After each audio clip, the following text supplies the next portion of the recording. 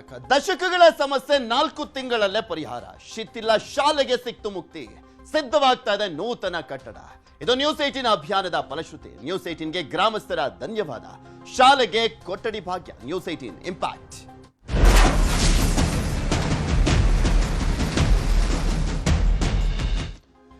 ದಶಕಗಳ ಸಮಸ್ಯೆ ನರಳಾಟಕ್ಕೆ ಕೊನೆಗೂ ಮುಕ್ತಿ ಸಿಕ್ಕಿದೆ. ನಿರಂತರ ಅಭಿಯಾನದ ಫಲಶ್ರುತಿ ಇದು. ನ್ಯೂಸ್ 18 ತೋರಿಸ್ತಾ ಇದೆಯಲ್ಲ, ಶಾಲೆಗಳಲ್ಲಿ ಸಮಸ್ಯೆಗಳು ಯಾವ ರೀತಿಯಾಗಿದೆ. ಸರ್ಕಾರಿ ಶಾಲೆಗಳು ಗಬ್ಬೆದ್ದು ನಾರ್ತಾ ಇದ್ದಾವೆ. ಕಟ್ಟಡ ಇಲ್ಲ, ಮೂಲಭೂತ ಸೌಕರ್ಯಗಳಿಲ್ಲ, ಎಲ್ಲವೂ ಇದ್ರೆ ಶಿಕ್ಷಕರಿಲ್ಲ, ಎಲ್ಲವೂ ಸಮಸ್ಯೆನೆ, ಜ್ವಲಂತ ಸಮಸ್ಯೆಗಳು ಸರ್ಕಾರಿ ಶಾಲೆಗಳಲ್ಲಿ. ಹಿಂಗೋ ನಾವು ತೋರಿಸ್ತಾ ಸಾಕಷ್ಟು ಶಾಲೆಗಳಿಗೆ ಕಾಯಕಲ್ಪ ಕಲ್ಪಿಸುವಂತ ಕೆಲಸ ಆಗ್ತಾ ಇದೆ. ಮರದ ಕೆಳಗಡೆ ಕುತ್ಕೊಂಡು ಪಾಠವನ್ನ ಕೇಳ್ತಾ ಇದ್ರು ಮಕ್ಕಳು. ಹೊಸ ಕೊಠಡಿ ಕೊಡ್ಲಾಗ್ತಾ ಇದೆ. ಇದು ನ್ಯೂಸ್ 18 ವರದಿಯ ಬಿಗ್ ಇಂಪ್ಯಾಕ್ಟ್. ಯಾದಗಿರಿ ತಾಲೂಕಿನ ಹೊಸಳ್ಳಿ ಗ್ರಾಮದ ಶಾಲೆ ಅದು. ಪ್ರಾಥಮಿಕ ಶಾಲೆಯಲ್ಲಿ ಕೊಠಡಿಗಳ ಕೊರತೆ. ಈ ಬಗ್ಗೆ ವಿಸ್ತೃತ ವರದಿಯನ್ನ ಮಾಡಿದ್ದಂತ ನ್ಯೂಸ್ 18 ಮರದ ಕೆಳಗಡೆ ಪಾಠ ಕೇಳ್ತಾ ಇದ್ದಂತ ವಿದ್ಯಾರ್ಥಿಗಳು 2025 ಸೆಪ್ಟೆಂಬರ್ 9ನೇ ತಾರೀಕು ಇದ್ರ ಬಗ್ಗೆ ವರದಿಯನ್ನ ಪ್ರಸಾರ ಮಾಡಿದ್ರು. 2025 ನವೆಂಬರ್ 3ರಂದು ಶಿಕ್ಷಣ ಇಲಾಖೆ ಅಧಿಕಾರಿಗಳು ಭೇಟಿಯನ್ನ ಕೊಟ್ಟಿದ್ರು. ಅಲ್ಲಿಗೆ ಸಮಸ್ಯೆ ಕುರಿತು ಸರ್ಕಾರಕ್ಕೆ ವರದಿಯನ್ನ ಸಲ್ಲಿಸಿದ್ರು ಅಧಿಕಾರಿಗಳು. KKRDB ಅನುದಾನದಲ್ಲಿ ಶಾಲೆ ಕೊಠಡಿಗಳ ನಿರ್ಮಾಣ ಕಾರ್ಯ ಆರಂಭವಾಗಿದೆ. ಚಳಿ ಗಾಳಿಯಲ್ಲಿ ಪಾಠವನ್ನ ಕೇಳ್ತಾ ಇದ್ರು ಮಕ್ಕಳು. ಸಂತಸವನ್ನ ವ್ಯಕ್ತಪಡಿಸ್ತಾ ಇದ್ದಾರೆ. ಜೂನ್ ವೇಳೆಗೆ ನಿರ್ಮಾಣ ಕಾರ್ಯ ಪೂರ್ಣ ಆಗುತ್ತೆ. ಅಂದ್ರೆ ನೆಕ್ಸ್ಟ್ ಇಯರ್ ಶೈಕ್ಷಣಿಕ ವರ್ಷದಲ್ಲಿ ಅಲ್ಲಿ ಶಾಲೆ ರೆಡಿ ಆಗಿರುತ್ತೆ ಅಂತ. ಹೊಸಳ್ಳಿ ಗ್ರಾಮಸ್ಥರಿಂದ ನ್ಯೂಸ್ 18ಗೆ ಧನ್ಯವಾದವನ್ನ ತಿಳಿಸಲಾಗ್ತಾ ಇದೆ.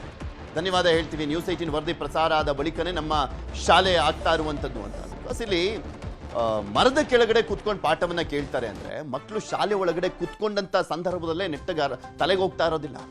ಬೇರೆ ಡಿಸ್ಟರ್ಬೆನ್ಸ್ ಇರುತ್ತೆ. ಅಂಥದ್ರಲ್ಲಿ ಹೊರಗಡೆ ಫುಲ್ ಕಂಪ್ಲೀಟ್ ಆಗಿ ಡಿಸ್ಟರ್ಬೆನ್ಸ್ ಇರುತ್ತೆ. ಇಂಥ ಸಂದರ್ಭದಲ್ಲಿ ಮಕ್ಕಳು ಹೇಗೆ ಪಾಠವನ್ನ ಕಲಿಬೇಕು? ಆ ಕಾರಣಕ್ಕೋಸ್ಕರನೇ ಶೈಕ್ಷಣಿಕವಾಗಿ ತುಂಬಾ ಹಿಂದುಳಿತಾ ಇದೆ ಅನ್ನುವಂಥದ್ರ ಬಗ್ಗೆ ಪ್ರಶ್ನೆ ಮಾಡಿದ್ವಿ. ಫೈನಲಿ ಅದೊಂದು ಸ್ವಲ್ಪ ಫಲಶ್ರುತಿಯಾಗಿ ಈಗ ಹೊಸ ಕಟ್ಟಡ ಬರ್ತಾ ಇದೆ.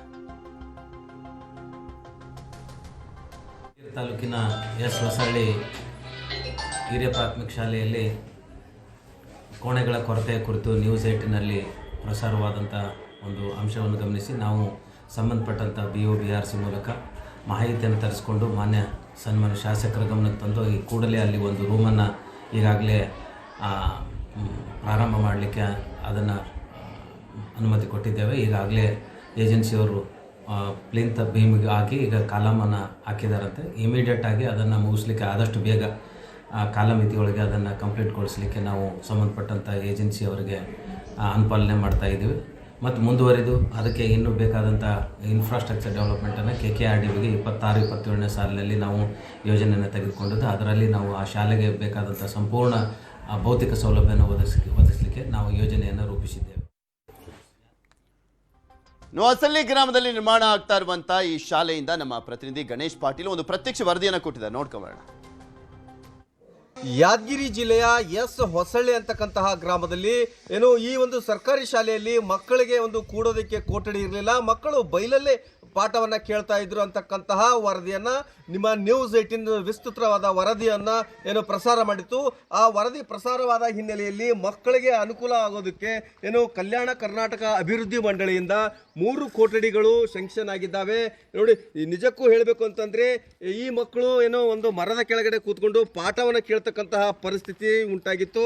ಆದರೆ ನಿಮ್ಮ ನ್ಯೂಸ್ 18 ಯಾವಾಗ ಸುದ್ದಿ ಪ್ರಸಾರ ಮಾಡಿತ್ತು ಆಗ ಅಧಿಕಾರಿಗಳು ಮತ್ತು ಶಾಸಕರು ಅನ್ನೋ ಮುತುವರ್ಜಿಯನ್ನು ವಹಿಸಿ ಏನು ನ್ಯೂಸ್ 18 ವರದಿಗೆ ಸ್ಪಂದನೆಯನ್ನು ಮಾಡಿ ಮಕ್ಕಳಿಗೆ ಅನುಕೂಲವಾಗೋದಕ್ಕೆ ಒಂದು 3 ಕೊಠಡಿಗಳನ್ನು ಸ್ಯಾಂಕ್ಷನ್ ಮಾಡಿದ್ದಾರೆ. ಕೊಠಡಿಯ ಕಾಮಗಾರಿಯೂ ಕೂಡ ಪ್ರಾರಂಭವಾಗಿದೆ. ಖುದ್ದಾಗಿ DDP ಅವರು ಕೂಡ ಹೇಳಿದರು ಆದಷ್ಟು ಬೇಗ ಏನು ಅವಧಿಯಲ್ಲಿ ಶಾಲೆಯ ಕೊಠಡಿಗಳನ್ನು ಒಂದು ಕಟ್ಟಡದ ಒಂದು ಮುಗಿಸ್ತಕ್ಕಂತಹ ಕಾರ್ಯವನ್ನು ಮಾಡ್ತೀವಿ ಅಂಥೇಳಿ ಈ ಸಂಬಂಧಪಟ್ಟಿರ್ತಕ್ಕಂಥ ಏಜೆನ್ಸಿಯವರು ಯಾರು ತಗೊಂಡಿದ್ದಾರೆ ಅವರಿಗೆ ನಾವು ಹೇಳಿ ಆದಷ್ಟು ಬೇಗನೆ ಮಕ್ಕಳಿಗೆ ಅನುಕೂಲ ಆಗೋದಕ್ಕೆ ಮಾಡಿಕೊಡ್ತೀವಿ ಅಂತಕ್ಕಂತಹ ಮಾತನ್ನು ಹೇಳಿದರು. ನಿಜಕ್ಕೂ ಇದು ನ್ಯೂಸ್ 18ನ ಬಿಗ್ ಇಂಪ್ಯಾಕ್ಟ್ ಅಂತಲೇ ಹೇಳಬೇಕಾಗುತ್ತೆ. ನ್ಯೂಸ್ 18 ಯಾವುದೇ ಒಂದು ಸುದ್ದಿಯನ್ನು ಮಾಡಿದರೆ ಸುಮ್ಮನೆ ಕೂಡೋದಿಲ್ಲ.